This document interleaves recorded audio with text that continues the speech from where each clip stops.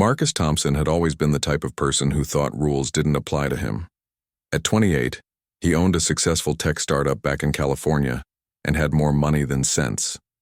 This European vacation was supposed to be his victory lap after closing a major business deal. He'd already made headlines on his social media for various stunts across 3 countries, each one more outrageous than the last. London was his 4th stop, and Marcus was determined to make it memorable. He'd heard about the famous guards at Buckingham Palace and their legendary ability to remain motionless despite any provocation. To Marcus, this sounded like a perfect challenge. He'd seen countless videos of tourists trying to make the guards react, but most attempts were boring and predictable.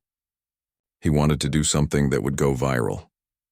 The morning was crisp and clear as Marcus approached the palace gates with his expensive camera equipment.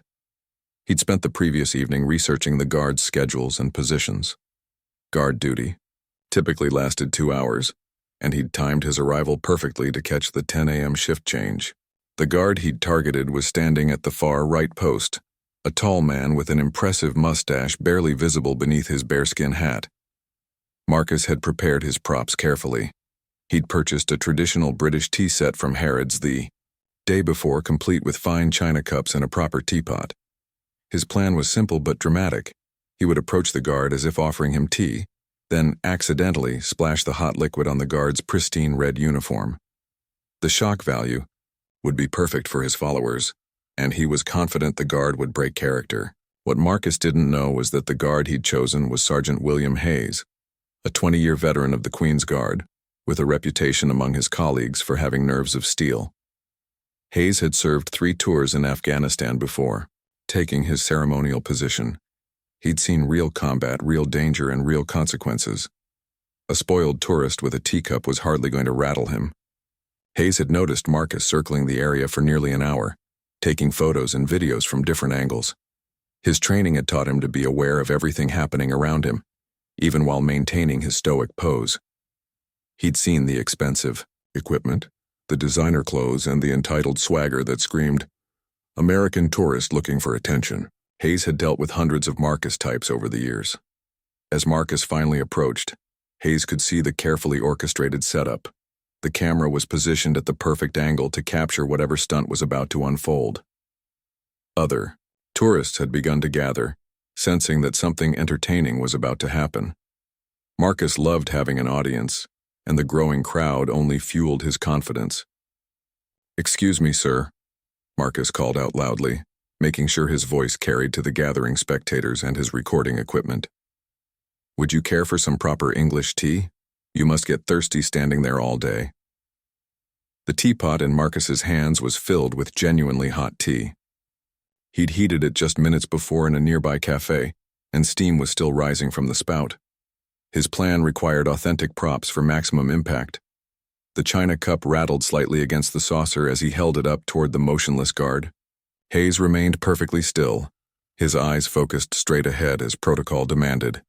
He could smell the Earl Grey tea and feel the warmth radiating from the cup just inches from his uniform. His peripheral vision caught the red light of Marcus's recording camera and the expectant faces of the growing crowd. Mobile phones were already being raised to capture whatever was about to happen. Marcus waited for several seconds, enjoying the tension building around him. The silence stretched on, broken only by the distant sounds of London traffic and the whispered conversations of onlookers. He could see his viewer count climbing on his live stream, and the comments were flowing, rapidly encouraging him to do something dramatic. "Come on, mate," Marcus continued, his voice getting louder and more theatrical. "Don't be shy. It's the finest tea in London, straight from Harrods. Surely a proper British gentleman like yourself can't refuse a proper cuppa." Still no response from Hayes. The guard's breathing remained steady and controlled, his posture unchanged despite the obvious provocation. His rifle remained at exactly the correct angle, his chin held high and his expression completely neutral. To the casual observer, he might as well have been a statue. Marcus felt his patience beginning to wear thin. His previous stunts had always gotten immediate reactions from their targets. Street performers would break character, police officers would tell him to move along, and other tourists would either laugh or complain. But this guard was different. The complete lack of response was actually making Marcus more determined to get a reaction. The crowd was growing restless too. Some people were starting to walk away, disappointed by the lack of drama. Marcus's live stream comments were becoming more demanding, with viewers urging him to do something bigger, something that would force the guard to respond. His finger hovered over his phone screen as he read suggestion after suggestion, each one more outrageous than the last. That's when Marcus made his decision. The tea was still steaming hot, and the guard's red uniform was in perfect target just 3 feet away. One quick splash would create the dramatic moment he needed, and surely no one could stand perfectly still while hot liquid soaked through their clothes. His followers would love it, the video would go viral, and he'd have another story to tell, at parties back home. Marcus raised the teacup higher, adjusting his grip for maximum splash coverage. The crowd sensed something was about to happen and pressed closer, phones ready to capture the moment. Hayes continued staring straight ahead, but every muscle in his body was now alert and ready. Years of training had prepared him for far worse than hot tea. In that moment, neither Marcus nor the watching crowd could have predicted what would happen next or how dramatically this simple prank was about to change both of their lives forever. Marcus drew his arm back and flung the contents of the teacup directly at Sergeant Hayes's chest. The hot Earl Grey tea splashed across the pristine red fabric of the ceremonial uniform, creating a dark, spreading stain that immediately began, dripping onto the perfectly polished black boots below. Steam rose from the soaked fabric as the liquid seeped through multiple layers of the traditional dress uniform. The crowd gasped collectively, and camera phones captured every second of the shocking moment.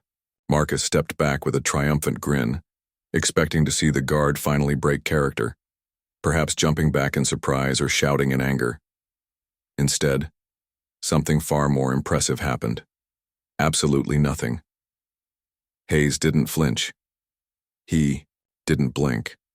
He didn't even seem to register that scalding hot tea had just drenched his uniform. His breathing remained steady, his posture unchanged, and his gaze continued to stare straight ahead with the same unwavering focus he'd maintained for the past hour.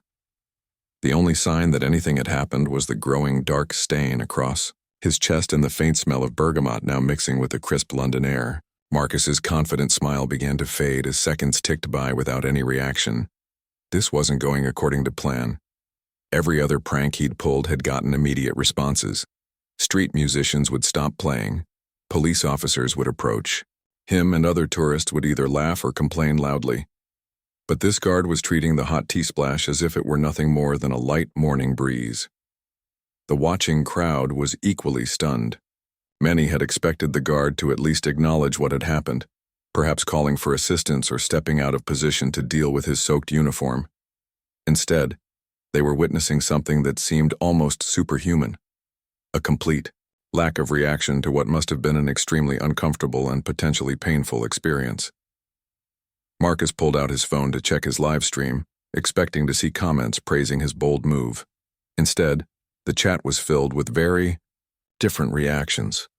Viewers were calling him disrespectful, demanding to know why he thought it was acceptable to assault someone just doing their job.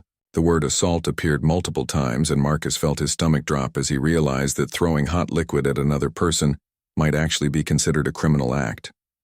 What Marcus didn't know was that Hayes was experiencing significant discomfort.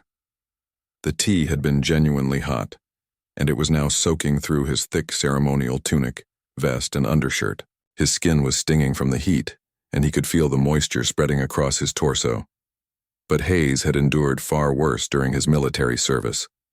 Hot tea was nothing compared to the 120-degree desert heat of Afghanistan while carrying 60 pounds of gear, or the freezing rain during night patrols in hostile territory. More importantly, Hayes understood something that Marcus clearly didn't. Breaking character would give the tourist exactly what he wanted. Every moment Hayes remained perfectly still was a victory against the entitled behavior he'd witnessed countless times before. He'd seen too many young men like Marcus who believed money and social media followers gave them permission to treat others as entertainment. The crowd began to murmur among themselves, and Marcus could hear fragments of their conversations. Several people were using words like disgraceful and shameful. An elderly British woman was telling her companion that someone should call the police.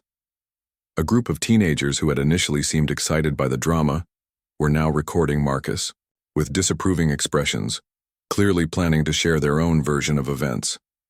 Marcus tried to salvage the situation by addressing his audience directly. He turned toward his camera with forced enthusiasm and announced, "Well, that was unexpected. This guard has some serious dedication." But his voice lacked the confident energy from just minutes before. The reality of his situation was beginning to sink in, and the crowd's disapproval was becoming impossible to ignore. That's when Marcus noticed the police officers approaching from two different directions. London's Metropolitan Police maintained a constant presence around Buckingham Palace, and they'd been alerted the moment the hot tea had left Marcus's cup. Two constables were walking purposefully toward him, their expressions serious and professional. Hayes could see the approaching officers in his peripheral vision, and he felt a quiet satisfaction knowing that the situation was about to be handled properly. He'd maintained his position and his dignity throughout the entire incident, while Marcus had just committed what could be classified as assault in front of dozens of witnesses and multiple cameras. The first police officer, a woman in her 30s with short blonde hair, approached Marcus directly. "Sir, I need you to step away from the guard post immediately," she said in a calm but authoritative voice. "We've received reports of an assault, and we need to speak with you." Marcus's face went pale. "Assault? It was just a joke.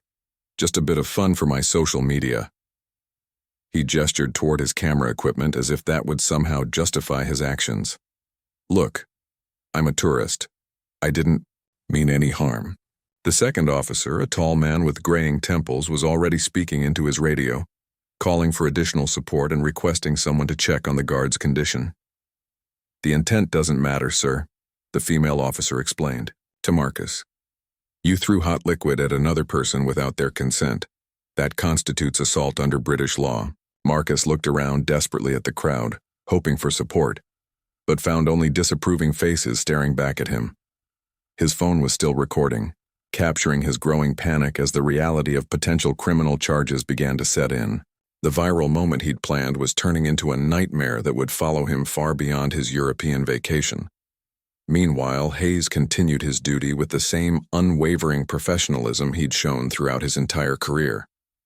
The tea stain across his uniform would need to be addressed, and he was definitely uncomfortable. But he'd successfully demonstrated something important: that dignity and duty couldn't be compromised by entitled tourists looking for cheap entertainment. The approaching sirens in the distance suggested that this incident was about to become much more serious than Marcus had ever imagined. His simple prank was rapidly evolving into an international incident that would have consequences far beyond anything he'd considered when he'd first picked up that teacup. Within minutes, Marcus found himself in handcuffs, being escorted toward a police van while tourists continued recording the unfolding drama.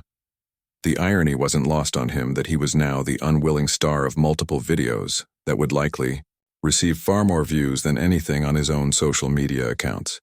His expensive camera equipment was being carefully collected as evidence, and his dreams of viral fame were crumbling with each step toward the police vehicle. "This is insane," Marcus protested as the officers guided him into the van. "It was just tea. I was trying to be funny." But his complaints fell on deaf ears.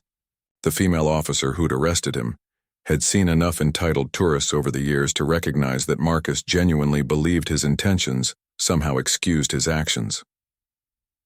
As the police van drove away, Sergeant Hayes finally received permission to step down from his post. A replacement guard had arrived, and medical personnel were on standby to check Hayes for any injuries from the hot tea. The stain across his uniform had spread and darkened, and the fabric was still damp against his skin, but he walked with the same measured dignity he'd maintained throughout the entire incident. The palace medical team examined Hayes thoroughly, checking for burns or scalding from the hot liquid. Fortunately, his thick ceremonial uniform had provided enough protection to prevent serious injury, though his skin was red and irritated where the tea had soaked through. The medical officer recommended that he change into dry clothes and apply cooling gel to the affected areas, but Hayes insisted on completing a full report of the incident first. Meanwhile, at the police station, Marcus was discovering that British law enforcement took assaults on ceremonial guards very seriously. The duty sergeant who processed his booking was a no-nonsense woman in her 50s who dealt with countless international incidents over her career. She explained to Marcus that attacking a member of the Queen's Guard was considered not just assault, but an offense against the Crown itself. The maximum penalty for assault in the UK is 6 months imprisonment and a fine of up to £5,000, she informed Marcus as he sat in the holding cell, still wearing his designer clothes that now seemed wildly inappropriate for his current situation. Add in the fact that you targeted a ceremonial guard, and the magistrate might decide to make an example of you. Marcus spent the next 6 hours in custody, making phone calls to his lawyer back in California and trying to contact the American embassy. His social media accounts were exploding with notifications, but not in the way he'd hoped. The video of his arrest was being shared across platforms with commentary that ranged from mockery to outrage.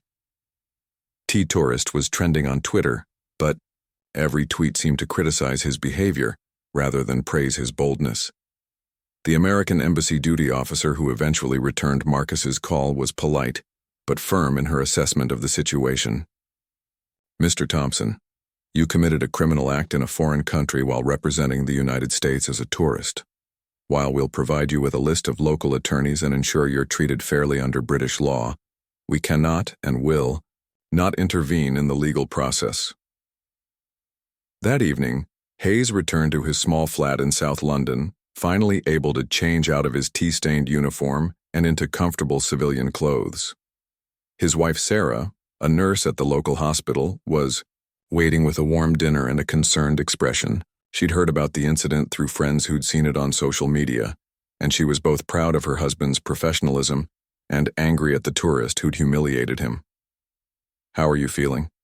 Sarah asked as Hayes settled into his favorite chair with a cup of tea, the irony of which wasn't lost on either of them.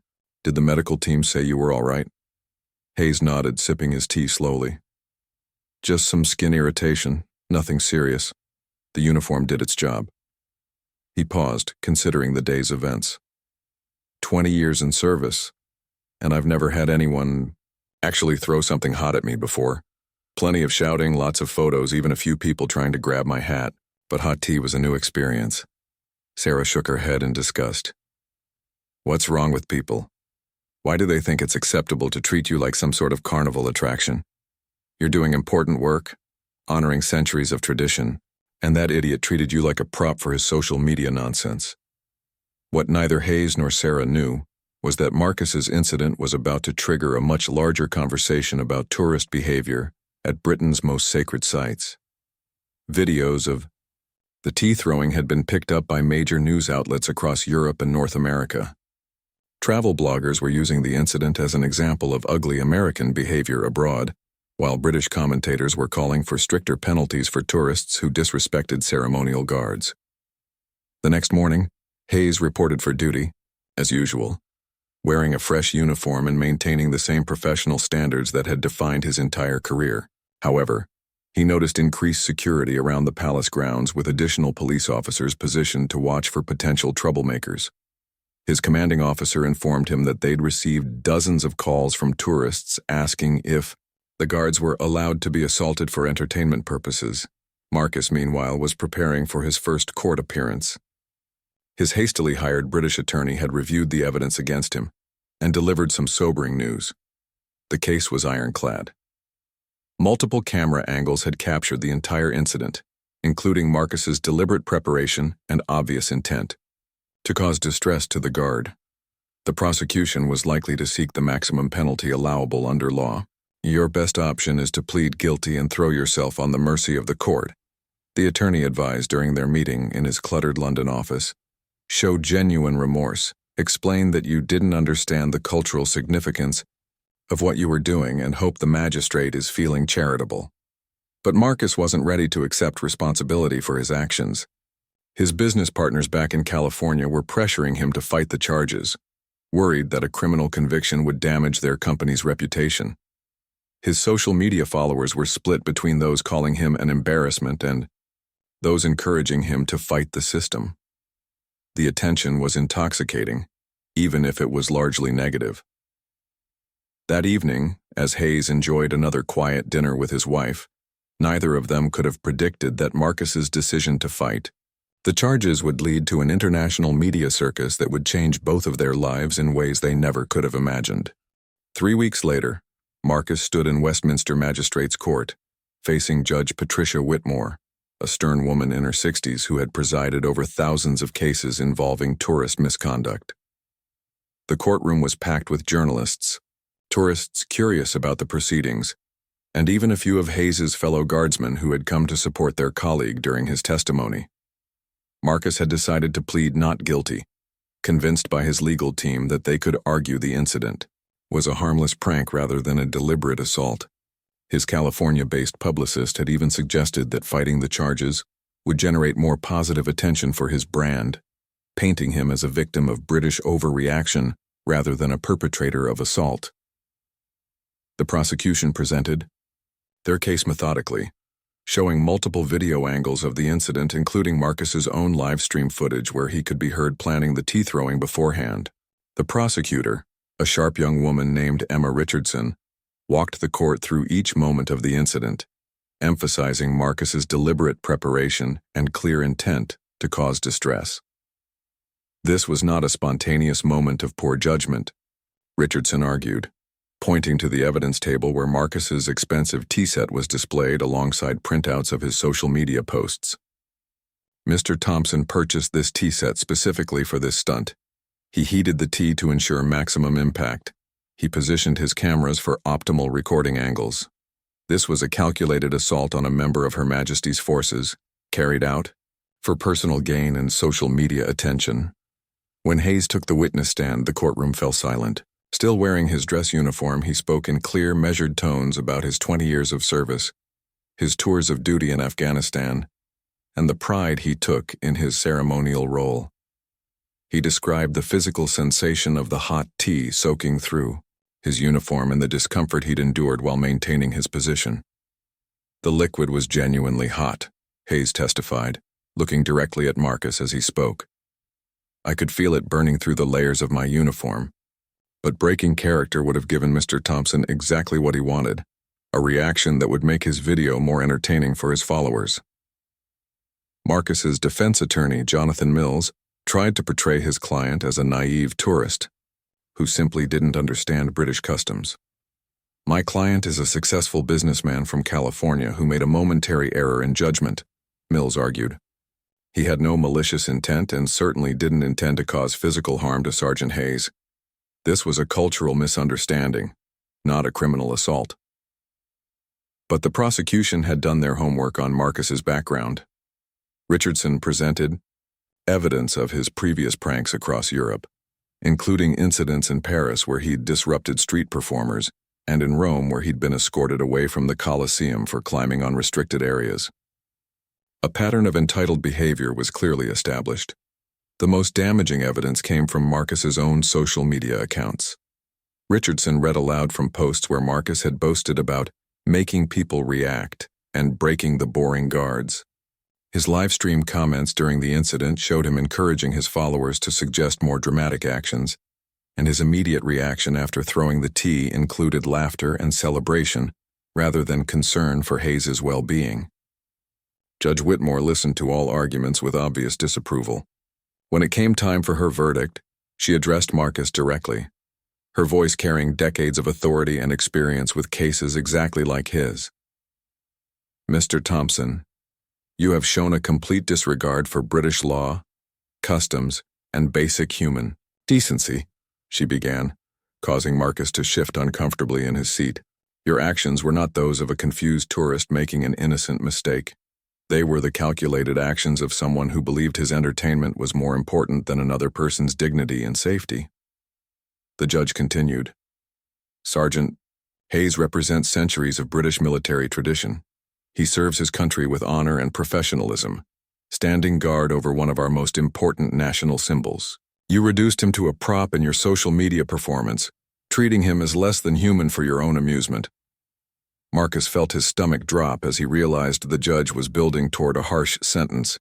His attorney had warned him this was possible, but Marcus had convinced himself that his charm and American citizenship would somehow protect him from serious consequences. "I find you guilty of assault," Judge Whitmore declared, her words echoing through the packed courtroom. "I sentence you to 4 months' imprisonment, a fine of £3,000, and a 10-year ban from entering any royal property or ceremonial." Site in the United Kingdom. The courtroom erupted with activity as journalists rushed to file their stories and Marcus's supporters gasped in shock. 4 months in a British prison was far beyond what anyone had expected, and the 10-year ban meant Marcus would be unable to return to some of Britain's most famous tourist attractions until he was nearly 40 years old. Marcus's face went white as the reality of his situation sank in. His successful business, his social media empire, his carefully crafted image as a carefree entrepreneur, all of it was crashing down around him because of a single moment of arrogance and poor judgment. The aftertaste the judge had referenced was becoming very bitter indeed. As Marcus was led away to begin his sentence, Hayes watched from the gallery with quiet satisfaction. Justice had been served, but more importantly, a message had been sent to other potential troublemakers. The Queen's Guard were not entertainment, and British law would protect those who served with honor. The international media coverage of the sentencing was extensive, with news outlets around the world covering the story as a cautionary tale about respectful tourism and the consequences of treating other cultures as personal playgrounds. Marcus's story was becoming exactly the kind of viral sensation he'd always wanted, just not in the way he'd ever imagined. But the story was far from over. Marcus's imprisonment would lead to consequences that neither he nor Hayes could have predicted, setting in motion events that would change both of their lives in ways that extended far beyond a single moment of hot tea and wounded pride. Marcus's imprisonment at Pentonville Prison in North London was a harsh awakening to reality that no amount of money or social media influence could soften. The Victorian-era prison, with its cramped cells and strict routines, was a world away from his comfortable California lifestyle. His cellmate was a career criminal named Tommy, who found Marcus's story both amusing and pathetic. "You threw tea at a guard for Instagram likes?" Tommy laughed on Marcus's first night, shaking his head in disbelief. "I've done some stupid things in my time, but at least I was trying to make proper money." "You did it for internet points. That's mental, that is." Meanwhile, back in California, Marcus's tech startup was imploding. His business partners, embarrassed by the international coverage of his criminal conviction, had voted to remove him from all leadership positions. Major clients were canceling contracts, citing concerns about the company's cultural sensitivity and leadership judgment. The viral fame Marcus had always craved was destroying everything he'd worked to build. The irony wasn't lost on Hayes, who found himself experiencing an unexpected surge in positive attention. Videos of his stoic reaction to the tea attack had been viewed millions of times, with commenters praising his professionalism and self-control. Several news programs had requested interviews, and a publisher had even approached him about writing a book on military discipline and service. "You've become quite the celebrity," Sarah told her husband over dinner one evening, showing him messages from around the world praising his dignity during the incident. "Look at this one from a teacher in Japan who's using your story to teach her students about self-discipline, and this one from a veteran in Australia who says you reminded him why he was proud of his service." Hayes was uncomfortable with the attention, but recognized an opportunity to do some good. He began accepting selected interview requests, using each appearance to talk about military service, the importance of ceremonial traditions, and the dignity of all working people regardless of their role. His measured, thoughtful responses stood in stark contrast to Marcus's entitled behavior, and he quickly became a respected voice on issues of respect and professionalism. In prison, Marcus was discovering that his notoriety had preceded him. Other inmates had seen the news coverage, and his story had become a source of entertainment and mockery throughout the facility. Guards treated him with professional correctness, but little sympathy, and he found himself isolated and miserable in ways he'd never experienced before. The true cost of his actions became clear when Marcus received a letter from his parents in San Diego. His father, a respected doctor, wrote about the embarrassment the family was experiencing in their community. His mother's charity work had been affected as organizations distanced themselves from the family name. His younger sister had faced harassment at her university, with students recognizing her surname and connecting her to the tea tosser, who'd become an international symbol of ugly American behavior abroad. "Your moment of stupidity has affected all of us," his father wrote in handwriting that betrayed deep disappointment. "We taught you better than this. We gave you every advantage in life, and you used those advantages to humiliate yourself and your family on a world stage. I hope your time in prison gives you the perspective you clearly lacked when you committed this shameful act." The letter hit Marcus harder than anything else had during his ordeal.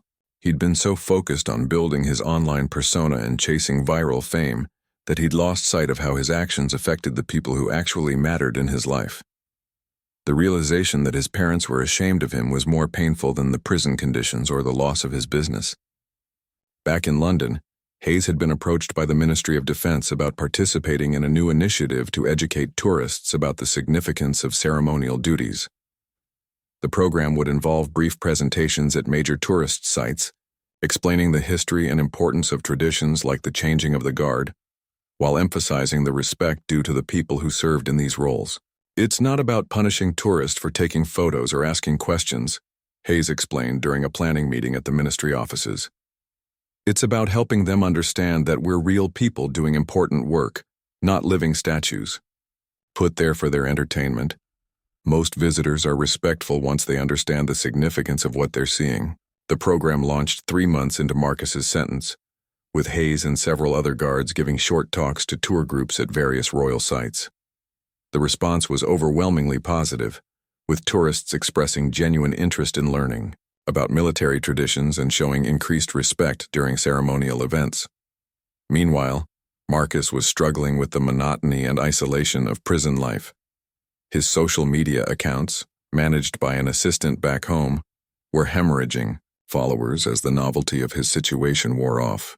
Business contacts who had once sought his opinion were no longer returning calls. The empire he'd built on personality and viral content was crumbling without his constant attention and fresh content. The lowest point came when Marcus received notice that his flagship social media account had been permanently banned for violating community standards related to harassment and harmful behavior. The platform cited his assault on Hayes and his pattern of disruptive behavior in multiple countries as grounds for the permanent suspension. Years of content creation and millions of followers were gone with a single administrative decision. In his small prison cell, Marcus began to confront the reality that his entire adult identity had been built on something fundamentally hollow. His success had come from treating other people as content for his entertainment, rather than building anything of real value. The hot tea he'd thrown at Hayes had indeed left a bitter aftertaste, but not in the way he'd ever imagined. As his release date approached, Marcus faced the daunting prospect of rebuilding his life from scratch. His business was gone. His social media presence was destroyed, and his reputation was permanently tainted by his moment of supreme arrogance. The viral fame he'd always chased had finally found him, but it had brought consequences far beyond anything he'd ever considered when he first picked up that teacup outside Buckingham Palace. Marcus emerged from Pentonville prison on a gray London morning, 4 months after his sentencing, carrying nothing but a small bag of personal belongings and a fundamentally changed perspective on life. The media attention had died down during his incarceration, but he was still recognized by passers-by who pointed and whispered as he walked toward the tube station. The man who had once craved attention now found himself desperately wanting to disappear. His first stop was a small cafe near King's Cross Station, where he sat alone with a cup of tea and contemplated his next moves.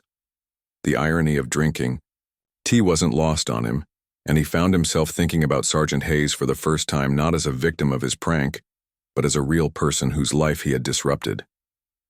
The weight of genuine remorse, something he'd never truly felt before, settled heavily on his shoulders. Meanwhile, Hayes had continued his ceremonial duties throughout Marcus's imprisonment, but his life had taken several unexpected turns. The educational program he'd helped develop had been so successful that he'd been offered a permanent position with the Ministry of Defense's Cultural Heritage Division. The role would involve traveling to schools and universities, teaching young people about military traditions and the importance of respect for service members. The book Hayes had been approached about writing was nearing completion.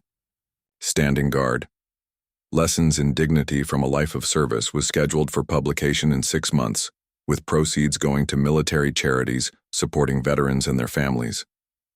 Hayes had never imagined himself as an author, but the process of reflecting on his 20 years of service had been surprisingly rewarding. Sarah had been enormously proud of her husband's transformation from anonymous ceremonial guard to respected public speaker and author. "You've always had important things to say," she told him one evening as he worked on his final chapter. "It just took that ridiculous American throwing tea at you to give the world a reason to listen." Back in California, Marcus faced the daunting task of rebuilding his life from nothing. His former business partners had bought out his share of the company for a fraction of its previous value. His luxury apartment had been sold to pay legal fees and the fine imposed by the British court. He moved back in with his parents, occupying his childhood bedroom at age 28, struggling with depression and the complete collapse of his identity. The tech industry, which had once embraced his maverick attitude and viral marketing skills, now viewed him as toxic. Job interviews went poorly when potential employers recognized his name and associated him with the international incident. His reputation preceded him everywhere, and not in the positive way he'd once hoped for. 1 year after the incident, Marcus made a decision that surprised everyone who knew him. He enrolled in a community college program for addiction counseling, inspired by his conversations with fellow inmates who had shared their stories of how poor choices and addiction had derailed their lives. For the first time in years, Marcus was pursuing something that wasn't about building his own fame or fortune. "I spent so many years treating other people as content for my entertainment," Marcus explained to his addiction counseling professor during a class discussion about empathy and recovery. "I was addicted to attention, to validation from strangers online, to the rush of going viral. I never considered that the people in my videos and pranks were real human beings with real lives and real feelings." His classmates, many of whom were recovering from substance addictions, found his story surprisingly relatable. The rush he described from viral content wasn't so different from the highs they'd chased through drugs or alcohol. His rock-bottom moment in a British prison cell paralleled their own experiences of losing everything to their addictions. Marcus threw himself into his studies with an intensity that surprised his family. He learned about trauma, empathy, and the psychological roots of destructive behavior. He began to understand not just his own actions, but the pain he'd caused others throughout his years of treating the world as his personal stage. 2 years after the tea-throwing incident, Marcus completed his certification program and began working at a rehabilitation center in Los Angeles. His first clients were young people struggling with social media addiction and the pressure to maintain online personas that had become more important to them than their real lives. His own experience made him uniquely qualified to help others recognize the hollow nature of internet fame. Meanwhile, Hayes had become something of a minor celebrity in Britain. His book had become a bestseller, resonating with readers who were hungry for messages about dignity, service, and maintaining principles in difficult times. He'd appeared on several television programs and had been invited to speak at universities and corporate events about leadership and resilience. The educational program Hayes had helped develop had been expanded to multiple countries, with other nations implementing similar initiatives to teach tourists about respecting local customs and the people who serve in ceremonial roles. The Hayes Protocol, as it came to be known in tourism circles, had become a model for cultural sensitivity training worldwide. 3 years after the incident, something unexpected happened. Marcus was working late at the rehabilitation center when he received an email that made him stop and stare at his computer screen. It was from Sergeant Hayes, who had somehow tracked down his contact information through mutual connections in the veteran support community where Marcus now volunteered. "Mr. Thompson," the email began, "I hope this message finds you well. I've been following your work in addiction counseling through mutual acquaintances, and I wanted to reach out to you directly. I believe we may have an opportunity to work together on something that could help a lot of people." Hayes went on to explain that he'd been approached by several organizations about developing programs to address what psychologists were calling attention addiction among young people. The incident that had brought them together had become a case study in business schools and psychology programs, as an example of how the pursuit of viral fame could lead to destructive behavior. I think your perspective as someone who experienced the consequences of this addiction firsthand, combined with your professional training in counseling, could be invaluable, Hayes continued. Would you be interested in collaborating on a program that uses our shared experience to help others avoid making similar mistakes? Marcus read the email 3 times before he could fully process what Hayes was offering. The man he had humiliated and assaulted was extending him an opportunity for redemption, a chance to turn their shared trauma into something positive that could help others. After a week of careful consideration and conversations with his mentor at the rehabilitation center, Marcus replied to Hayes with a letter of his own. He began with a detailed apology, not the performative kind he'd offered during his court appearance, but a genuine acknowledgement of the harm he'd caused and the growth he'd experienced since. I spent years thinking that other people existed to serve my need for attention and validation, Marcus wrote. I treated you as a prop in my performance rather than as a human being deserving of respect. I understand now that what I did to you was not just illegal, but deeply wrong on a moral level. I can never undo that moment, but I hope I can spend the rest of my life proving that I've learned from it. 6 months later, Hayes and Marcus appeared together at their first joint presentation at a university in Manchester. The event was titled, From Viral Moment to Real Change, a conversation about respect, consequences, and redemption. The auditorium was packed with students, many of whom recognized the story from social media, but had never heard from both participants. Hayes spoke about the importance of treating all people with dignity, regardless of their role or position. He shared stories from his military service and his ceremonial duties, emphasizing that behind every uniform was a real person with a family, dreams, and feelings. Marcus followed with his own story of addiction to attention, the consequences of his actions, and his journey toward understanding empathy and genuine human connection. The questions from students were thoughtful and challenging. Many asked Marcus how he'd justified his behavior at the time, while others wanted to know how Hayes had maintained his composure during the incident and his dignity throughout the aftermath. The conversation that emerged was honest, sometimes uncomfortable, but ultimately transformative for everyone involved.